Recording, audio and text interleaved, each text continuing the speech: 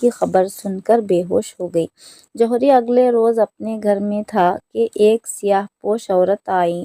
جب اس نے برقع اتارا تو وہ جوہری نے پہچانا کہ وہ شمس النہار کی ہمزاد کنیز ہے۔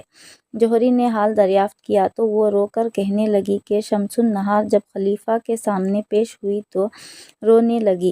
خلیفہ کو اس سے دلی محبت تھی۔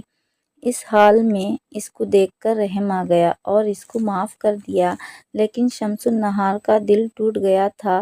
وہاں سے آ کر بستر مرگ پر ایسی گری کہ تیسرے روز انتقال ہو گیا۔ خلیفہ نے اس کا مقبرہ بنانے کا حکم دیا ہے اور میں اس کی منتظم ہوں۔ مجھے ابن بکا کے مرنے کی خبر مل چکی ہے۔ میں چاہتی ہوں کہ دونوں عاشق و معشوق کو پہلو بہ پہلو دفن کیا جائے۔ جوہری نے کہا کہ اگر خلیفہ